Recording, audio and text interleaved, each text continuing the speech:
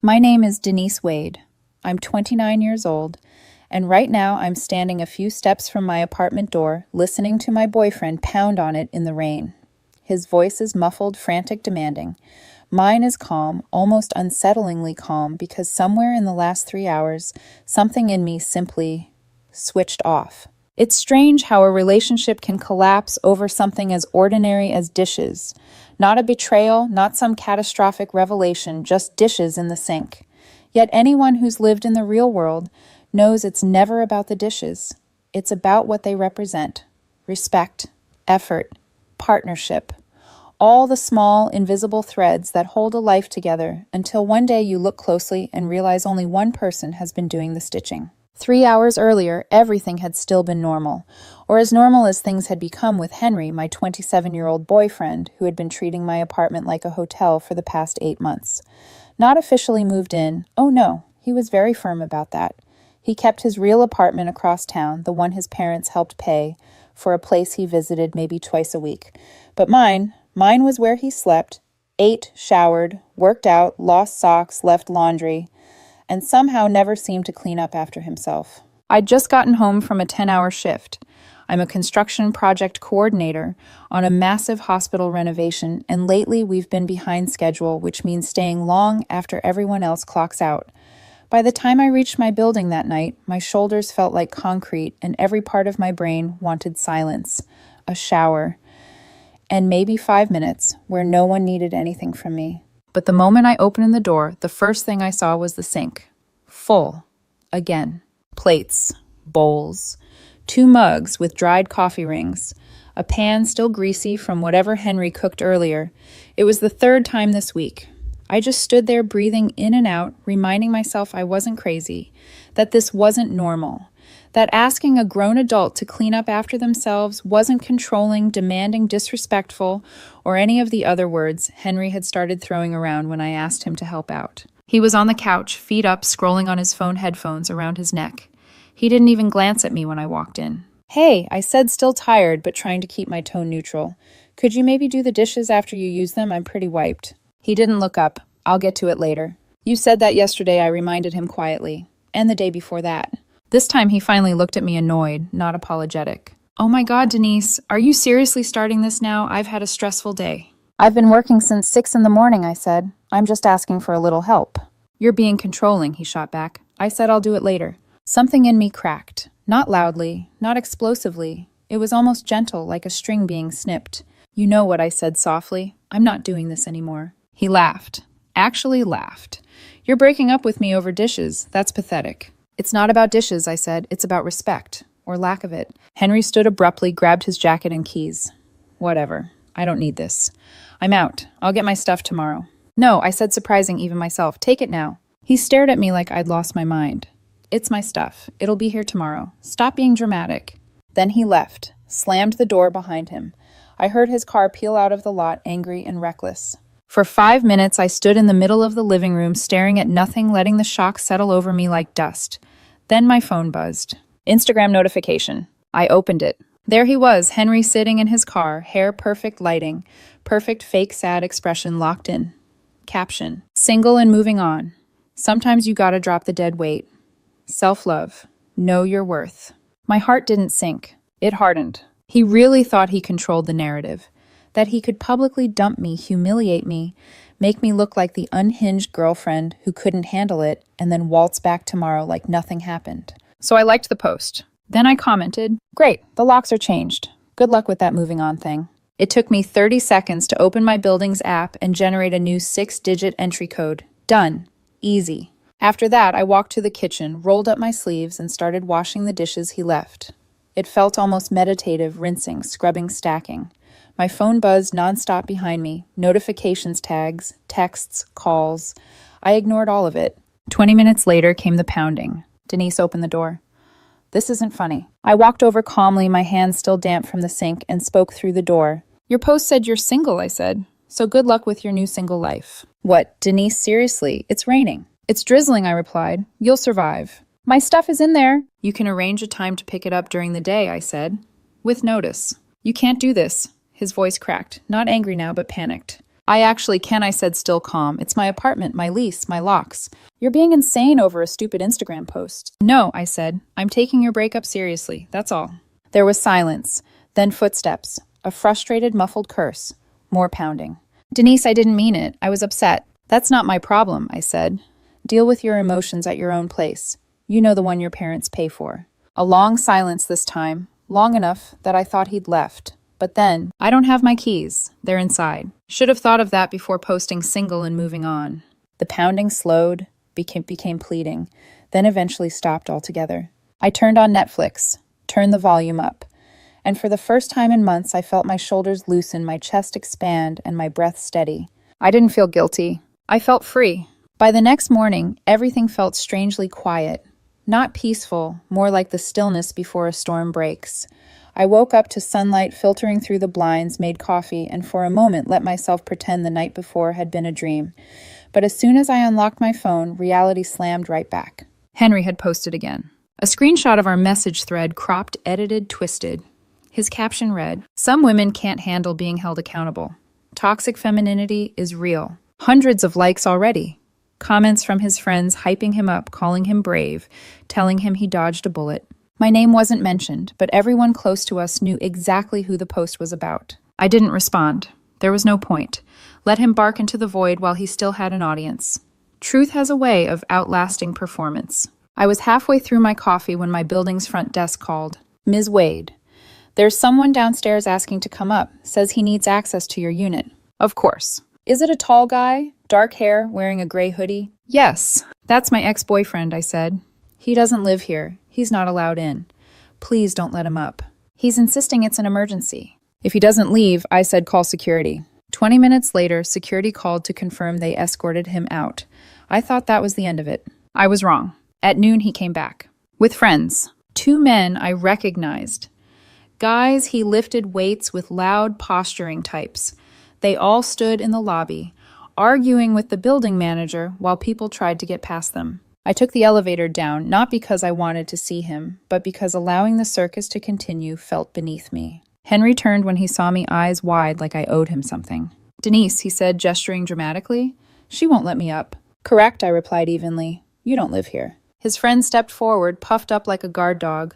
"Come on, just give him the new code. He needs to get his stuff." "I'm not stopping him from getting his stuff," I said, meeting his stare without blinking. "I'm stopping him from entering my home." "That's the same thing the friend said." "No," I corrected, "it's called basic boundaries." Henry threw his hands up. "Oh my God, Denise, stop being petty. Just let me in for 5 minutes." "You publicly declared you're single," I said. "I respected that." "You're twisting everything." "No," I said calmly. "You did that when you hit post." His frustration curdled into something uglier, embarrassment. People in the lobby were watching now, whispering, smirking. He hated looking foolish. He always had. "I'm calling the police," he snapped. "Go ahead," I said. He stared at me, expecting fear, panic, anything that proved he still had power. I felt nothing. He dialed in front of me, put the call on speaker, and performed. "My girlfriend locked me out of our apartment and won't let me get my belongings," he said dramatically. The dispatcher's voice came through, bored and efficient. "Is your name on the lease?" Henry hesitated. "Well, no, but—" "Are you in danger? Has she harmed you?" "No, but—" "This is a civil matter," the dispatcher said. "If your name is not on the lease, she has the legal right to deny you entry. You will need to coordinate a time with her to retrieve your belongings." Henry's expression collapsed. I almost felt sorry for him. Almost. "Has she stolen or destroyed any of your property?" the dispatcher continued. He looked at me. I raised an eyebrow. "No," he muttered. "Then work it out civilly. If you can't, you may pursue small claims court. Have a good day." Click. His friends looked at him like they wished they'd waited in the car. The building manager coughed awkwardly. "So I said tomorrow between 2 and 4. 1 trip. Your stuff will be boxed and waiting in the hallway." That's the offer I said. Take it or leave it." His friends pulled him toward the exit before he could embarrass himself further. I went upstairs and got to work. Clothes, toiletries, his overpriced hair gel, protein bars, that worn-out hoodie he refused to part with, a box of sentimental items he once claimed meant everything to him, but apparently didn't mean enough to treat me with the bare minimum of respect. 7 boxes total, 2 bags. While packing, I found the first red flag in physical form, a receipt from a restaurant I'd never been to. A fancy place. $180. 2 people. From 2 weeks ago, the same night he'd told me he was having a late gym session. I picked it up slowly, my stomach tightening. Then I found another, a hotel parking stub. Same week. He'd said he was visiting his sister. I took pictures, saved everything. Not because I planned to confront him or start drama, but because at that moment I realized there was no version of this story where I deserved to doubt myself. By the time 2 o'clock rolled around the next day, I'd stacked everything neatly in the hallway. When the elevator doors opened, Henry walked out with 2 friends and his younger sister trailing behind. I opened my door just enough for them to see. "It's all there," I said. "Take it and go." "I need to check you didn't steal anything," he said. "Check from here," I said. "You're not coming in." He went through each box, pulling things out, making a mess in the hallway like a child throwing a tantrum. His sister looked mortified. "Where's my cologne?" he snapped. "In the small bag on top." "My laptop?" "You took it with you when you left," I said. He blinked. "Right." He dug and dug, hunting for something to accuse me of. Then, my wooden keepsake box. "That's mine." "No," I said, "it's not. That's mine. I bought it 2 years before we met." "You're lying." I held up my phone. A photo of me holding the box, dated and time-stamped 18 months before we started dating. His face fell. His sister whispered, "Just grab your stuff, Henry." He muttered under his breath, gathered everything, and finally left. She gave me a tiny apologetic smile as the elevator doors closed. When everything was quiet again, I closed my apartment door, locked it, and exhaled a breath that felt like it came from years ago. This wasn't heartbreak. This was release. For a few days afterward, life settled into a strange rhythm. Not calm, Henry would never allow that, but predictable in the way a storm becomes predictable once you've studied its path long enough. Every morning I'd wake up to new messages. Every night I'd go to sleep to a fresh wave of them, some guilt-ridden, some furious, some downright theatrical. The first phase was contrition. "I miss you. I can't believe you're doing this. Can we talk, please?" I ignored them. Then he tried nostalgia. "Remember that weekend trip? Remember how good we were together? Don't throw this away." I ignored those too. The second phase came fast rage. "You're cruel. You're a narcissist. You're emotionally abusive. You're punishing me over nothing." I blocked his number. He moved to email. "You're gaslighting me by taking my post seriously. You know I didn't mean it." That one I didn't respond to, but I read it twice because somehow it perfectly captured who he'd been for months. Somebody who believed intentions mattered more than actions. Someone who thought consequences were optional. Then came the DMs. Not from him, from his friends. A girl he occasionally partied with wrote, "You destroyed his mental health. I hope you're proud." A guy from his gym messaged, "Real women communicate. You didn't have to ruin his life." Someone else went on a 3-paragraph tangent about how I needed therapy. I blocked them all. By the end of the week, the noise got so exhausting that I muted every notification on my phone except for my mother and 2 close friends. Peace is a thing you don't appreciate until you have to fight for it. But Henry wasn't done. Saturday morning, my building's security called. "Ms. Wade, your ex-boyfriend is here again. He's demanding access." "Do not let him inside," I said. "He's already been told not to return to the property." "He refuses to leave." "Then treat him as a trespasser." Security escorted him out again. 10 minutes after that, the buzzing began. My door buzzer, repeatedly, over and over, like he planned to wear it down through sheer persistence. When that didn't work, he buzzed every unit in the building trying to get anyone to let him inside. I called security. They went floor to floor. 13 minutes later, he was removed again. And still it continued. Sunday morning, I opened my door to find 2 police officers in uniform standing there like an unwanted package. "Ms. Wade, one said we received a report that you're refusing to return your ex-boyfriend's belongings." I almost laughed. "He picked up everything last week," I said, "with witnesses present. He claims there are still items inside." "What items?" The officer checked his notes. He mentioned a toothbrush, hair products, and a sweater. I blinked slowly. "A toothbrush." "A $3 toothbrush from the drugstore," I said, "which I threw out after he left, along with some cheap toiletries he abandoned." The officers glanced at one another. "And the sweater?" the older one asked. "He took all his clothes," I replied. "If he left something, it wasn't important enough for him to take after going through 7 boxes for 40 minutes. "Ma'am," the officer said, "did you intentionally withhold or damage any of his property?" "No," I said. "I returned everything he packed carefully. Anything left behind is abandoned property at this point." They nodded. "We'll note that in our report." They weren't rude, just tired. It was clear they knew this wasn't a police matter, just another relationship meltdown. Someone wanted law enforcement to fix. After they left, I checked under the bathroom sink. Sure enough, a cheap razor, half-empty shampoo, and a travel-size conditioner were still there. I photographed everything and put it in a small box with his name. Not because I owed him anything, but because I wasn't going to give him even 1 point to use against me. That afternoon, my phone rang an unknown number. I almost didn't answer. I should have gone with my first instinct. It was his mother. "Denise, what is going on?" she demanded, skipping any greeting. "My son is devastated. He says you humiliated him and threw him out over nothing." "He publicly declared he was single," I said, my tone polite but firm. I respected his choice. "He didn't mean it," she snapped. "He was emotional." "Then he shouldn't post things he doesn't mean," I replied. "He's been crying for a week," she said, voice trembling, as if her son were 12 instead of 27. "He says you locked him out of the home you shared." "It wasn't his home," I said. "My name on the lease, my rent, my furniture. He stayed here because he wanted to, not because he contributed." "You're being cruel. He has nowhere to go." "He has his own apartment," I reminded her. "The one you and his father pay for." Silence. Thick, uncomfortable silence. She tried again. "He loves you." I exhaled slowly. He had a funny way of showing it when he was taking someone else to an expensive restaurant behind my back. Her voice faltered. What restaurant?" "The one from the receipt I found. And the hotel parking stub. Both from nights he told me he was busy or out with family." Another long silence. I could hear her breathing, hear the realization hitting her. "I'm sure there's an explanation," she managed weakly. "I'm sure there is," I said, "but it's not my problem anymore." She hung up. For the first time in days, I felt a kind of stillness inside me. Not happiness exactly, not relief.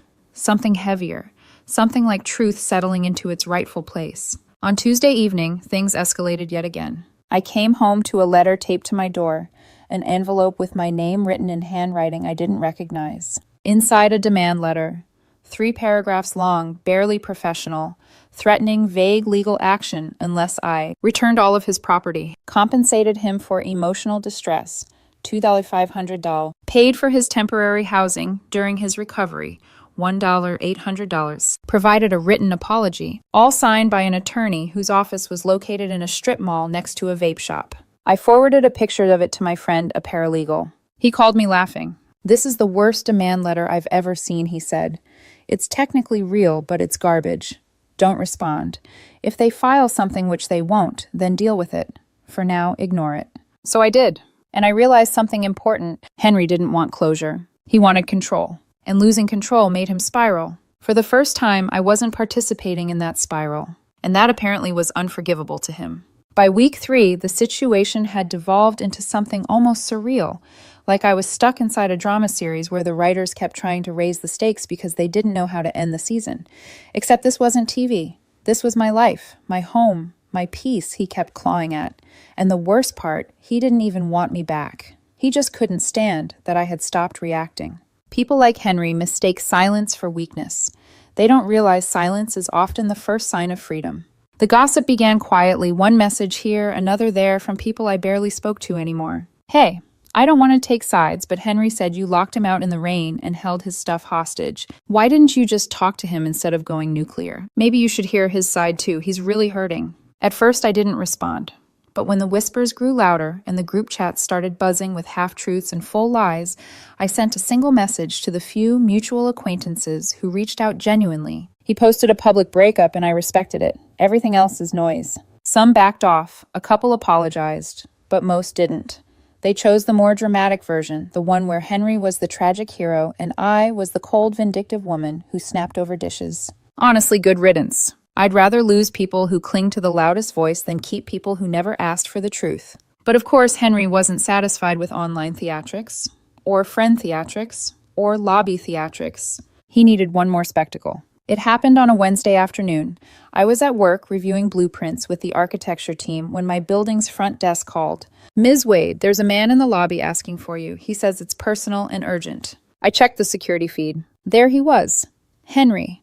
Full-effort, hair-styled cologne visible from the screen holding a branded coffee cup like he was starring in his own redemption arc. My coworker glanced over my shoulder. "Is that—" "Yes," I said flatly. "And no, I'm not going down there." The receptionist on the phone hesitated. "Ma'am, he says he'll wait. Then he'll be waiting a long time." I hung up. After the meeting, I stepped out into the hallway and texted security. "If he refuses to leave, escort him out. If he returns again, I'll be filing a restraining order." A minute later, the receptionist messaged back. "Understood. He's leaving now." An hour after that, my phone pinged with a text from an unknown number. It was him. Wow. You won't even talk to me after everything. I didn't answer. Another came. You're being ice cold for no reason. I was trying to talk things out. Talk things out, I thought. Or perform for an audience. He messaged again. I didn't mean the Instagram post. You know that. So I responded. Just once. You declared you were single. I honored your words. Stop contacting me. He replied instantly. Why are you being so cold? I didn't answer. He texted again. We could fix this if you'd stop being prideful. And again. You're proving all my points about you. And again. Fine, be like that. You'll regret this. I blocked the number. That night, for the first time since the breakup, the apartment felt warm instead of hollow. Not because anything had changed, but because I had finally said the thing he hated most. No. The next day, life moved on. Until a new ripple hit the surface. It came in the form of a casual run-in with a mutual friend at the grocery store. She was someone I'd always considered decent, smart, no nonsense, not easily manipulated. So I was caught off guard when she said, You should have told me your relationship ended like that. Henry's been telling everyone you had a meltdown and kicked him out because you're insecure. I didn't get angry. I didn't get defensive. I just asked, Do you want the real version or the entertaining one? She blinked at me, surprised. The real one. So I told her, not everything, just the facts. The post, the locks, the harassment, the police, the receipts. When I finished, she exhaled slowly. He didn't mention any of that. Of course not, I said. She nodded. I'm sorry. You didn't deserve this. That conversation spread quietly. Not through drama, but through whispers of truth. The kind that sink deeper than gossip because they're simple, undramatic, real. By the end of the week, a few more mutual friends reached out. Some apologized. Some admitted they'd only heard Henry's filtered version. Some said nothing at all, which was just as telling. But the biggest shift came a few days later when a DM popped up from an account I didn't expect. His ex-girlfriend. Not the mysterious gym woman. His ex before me, the one he always insisted was crazy and dramatic and obsessed with him. Her message was short. He did the exact same thing to me. The public posts, the guilt, the fake legal threats, the drama. Just thought you should know you're not alone. I stared at it for a long time. Some truths hit quietly but land like earthquakes. By the time week 4 rolled around, I felt a kind of emotional callus forming a protective layer over the rawness he kept trying to poke at, which made what happened next feel strangely anticlimactic. A new letter arrived. Not taped to my door this time. Mailed. Real stationery. Professional font. Except when I opened it, my paralegal friend's words echoed instantly. Scare tactic, nothing more. It was from the same bargain bin lawyer, repeating the same empty demands, threatening the same non-existent legal action. Insinuating I was responsible for Henry's declining well-being. I read the whole thing, then calmly folded it, placed it in a folder labeled Evidence Just in Case, and slid it into a drawer, because by then I understood something vital. Henry didn't want reconciliation. He wanted a reaction. And there was nothing more devastating to someone like him than a woman who had nothing left to give. It was week 5 when the story shifted. Not because Henry changed, but because someone finally told me the truth he'd been trying to bury under theatrics and noise. It happened on a Tuesday afternoon at a quiet little coffee shop near my office. I stopped in for a latte between meetings, grateful for 5 minutes of silence. I was standing at the pickup counter when someone said my name. Denise. I turned, and there he was. Henry's younger brother, Tyler. 22, maybe 23. Soft-spoken. The only member of his family who didn't seem fueled by denial or delusion. I'd always liked him. He had a gentleness Henry never did. He looked uncomfortable, shifting from one foot to the other like he was debating whether to stay or bolt. Hey, I said cautiously. Surprised to see you. Yeah, I've been meaning to talk to you. I nodded slowly. Okay. About what? He gestured toward a table. Can we sit, just for a minute? Against my better judgment, I agreed. We sat across from each other, steam curling up from our cups, the hum of espresso machines filling the silence between us. Tyler inhaled deeply. Look, I wanted to say I'm sorry. For everything. For how my brother's been acting. For the stuff he's been posting. For what he's been telling people. My eyebrows lifted slightly. He's been telling people a lot. Yeah, he muttered, rubbing his forehead. That's kind of why I'm here. Another pause, another breath. Denise, my brother has been doing this for years. With every girlfriend. I didn't say anything. I didn't need to. He creates drama. Tyler continued. Posts about it. Plays the victim. Then when the girl pushes back or leaves, he freaks out because the attention shifts. He hates losing the spotlight. I swallowed hard. Hearing the truth from the inside is different. Heavier. More pointed. He told everyone you were unstable, he said. that you locked him out to punish him, that you refused to let him get his stuff, that you called the police on him. That's interesting, I said calmly, considering he's the one who called the police. Tyler nodded. I know. I was there that day. He left that part out. He hesitated, then lowered his voice. There's something else you should know. Something in my chest tightened. Instinct, dread, validation, maybe all three. The receipts, he said quietly. The restaurant, the hotel, those weren't nothing. My throat went dry, meaning he looked pained, meaning he wasn't alone. The words hit like a quiet explosion. I didn't gasp, I didn't cry, I didn't even blink. I just felt this strange, hollow confirmation, like hearing a doctor finally diagnose symptoms you'd been feeling for months. Tyler continued, keeping his voice low. There's this girl from his gym, Cassandra. They've been talking, on and off, for months. Months, plural. Was he cheating, I asked, keeping my tone level. Tyler winced. I don't know for sure, but yeah, probably. I stared into my coffee, watching the foam dissolve. He was keeping his options open, Tyler added softly. He always does that. He kind of hedges his bets. Hedging his bets. The phrase echoed in my mind like a cold truth I'd known all along but hadn't wanted to face. You weren't supposed to find out, Tyler said. He thought if things blew up with you, he could slide right into something with her. That's why he made that Instagram post. He thought she'd see it and, I don't know, think he was available. And did she? Tyler grimaced. Not the way he wanted. She told him she wasn't looking for anything serious. Basically shut him down. And that's when he went into meltdown mode and tried to get back into your place. Of course. It all made sense. The desperation at the door, the constant messages, the sudden whiplash from love to rage to legal threats. Not because he wanted me, but because his backup plan had failed. Tyler exhaled shakily. He's been a mess ever since. Mom's been buying the whole heartbroken victim thing. Dad stays out of it. But I couldn't watch him spin this narrative anymore. Not when you didn't do anything wrong. I looked at him, really looked at him. You didn't have to tell me, I said softly. I know. He straightened. But you deserve the truth. He stood to leave, but before he turned away, he added one last thing, a sentence that stayed with me longer than anything else from that conversation. For what it's worth, you dodged a bullet. Then he was gone, leaving me at the table with a cooling latte and a heart that felt both heavier and lighter at the same time. I sat there for a long moment, letting the truth settle into every corner of my mind. He didn't choose me, he didn't lose me, he didn't love me. He used me for convenience, for comfort, for ego, for image. And when he thought he had something better lined up, he tried to humiliate me on the way out. All at once, the anger I'd been trying to suppress didn't feel sharp anymore. It felt justified. It felt cleansing. Later that night, I blocked his entire family.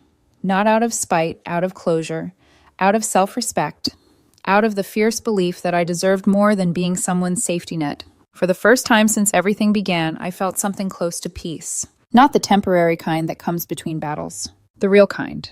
The kind that comes when the war is officially over. 6 weeks. That's how long it took for the dust to finally settle, not because Henry grew up or apologized or accepted reality, but because eventually even chaos gets tired when the person it's aimed at stops feeding it. By week 6, the noise had fallen silent. The DMs stopped. The fake legal threats disappeared. His friends moved on to whatever new drama filled their feeds. His mother stopped calling. His sister unfollowed me quietly. And Henry did what he always did, shifted the narrative once he ran out of ways to control the current one. But by then, none of it mattered. I had finally stepped out of the role he tried to cast me in. And the life that waited outside his shadow felt shockingly, almost unnervingly normal. My apartment was cleaner. My stress was lower. My evenings were quieter in a way that felt comforting instead of lonely. And for the first time in months, my phone vibrating didn't give me a spike of dread. One morning, as I was pouring coffee, I opened Instagram. Henry's page was still public, but I didn't check it out of longing. I checked it out of curiosity. He'd scrubbed every story about being single and moving on. Every post implying I was controlling or toxic was gone. Now his page was filled with quotes about healing and self-growth, selfies at the gym, and captions like, learning to focus on myself for once. Only real ones stay. New beginning. The irony was almost impressive. He hadn't grown. He'd pivoted. There's a difference. Apparently his gym girl had moved on to someone older. Someone established, someone who wasn't glued to his own reflection. Tyler had told me discreetly as an update, not gossip. He wanted me to know Henry's meltdown hadn't been about love or heartbreak, It had been about rejection twice. Without my apartment to lounge in, without my groceries to eat, without my emotional energy to drain, he was left with the life he'd been running from. A life where he had to take care of himself. Meanwhile, I had quietly begun to build mine back up from the inside out. Work became smoother. My friendships strengthened with the people who actually cared to hear the truth. I slept through the night again. I didn't jump when the door buzzer went off. And then something unexpected happened. 2 weeks earlier, I'd met someone new at a project meeting, Daniel, one of the architects assigned to the hospital renovation. Early 30s, thoughtful, steady. The kind of man who actually paused before responding. The kind of man who asked questions and listened to the answers. We'd ended up talking during a site walk, nothing flirty, just human. But I remember noticing how refreshingly adult it felt. He wasn't trying to impress me. He wasn't performing. He wasn't all charm and no substance. He was just real. Later, he asked if I wanted to grab coffee before our next meeting. I said yes. We kept things slow, like breathing, not slow, like dragging our feet. No pressure, no expectations, no grand declarations or dramatic gestures. When he walked me to my car after our second coffee, he didn't try to kiss me. He just said, "Take your time, I'm not in a hurry." I didn't realize how much I needed to hear that until I did. Because after everything with Henry, where every moment had felt like I was scrambling to meet expectations he kept inventing, time felt like a gift. A few nights later, as I sat on my couch scrolling through old messages I'd never read, I stumbled across the last thing Henry had sent before I blocked him. "You'll regret this." It didn't sting. It didn't bother me. It didn't even make me angry. It made me laugh quietly, genuinely. Because the truth was simple. I didn't regret any of it. Not locking the door. Not changing the code. Not refusing to feed his chaos. Not walking away from someone who only valued me when he needed something. I had been afraid in those first days that maybe I was being harsh. That maybe I'd let frustration guide me too far. That maybe the world would see me as cruel. But the more distance I gained, the clearer the picture became. Henry wasn't devastated. He wasn't heartbroken. He wasn't mistreated. He was inconvenienced. The thing he'd relied on my stability was gone. The person he'd used me was done being used. And the pedestal he'd placed himself on had cracked under his own weight. People sometimes ask if I feel bad about how it ended. Some say I should have talked to him longer. Some say I should have forgiven him because everyone makes mistakes. Some say I should have been gentler. But none of those people stood in my doorway listening to him pound on the door while declaring online he was single and moving on. None of those people found the receipts. None of them dealt with the police, the demands, the lies, the manipulation. None of them watched him scramble, not because he lost me, but because he lost control. So no, I don't feel bad. I feel grateful. Grateful I listened to myself. Grateful I set boundaries. Grateful I refused to play a supporting role in someone else's ego war. And grateful deeply, quietly grateful that I took his words seriously. He said he was single and moving on, so I let him be. I changed the locks. I opened the door to peace, and I walked fully finally into a life where I didn't have to explain why I deserved respect. No drama.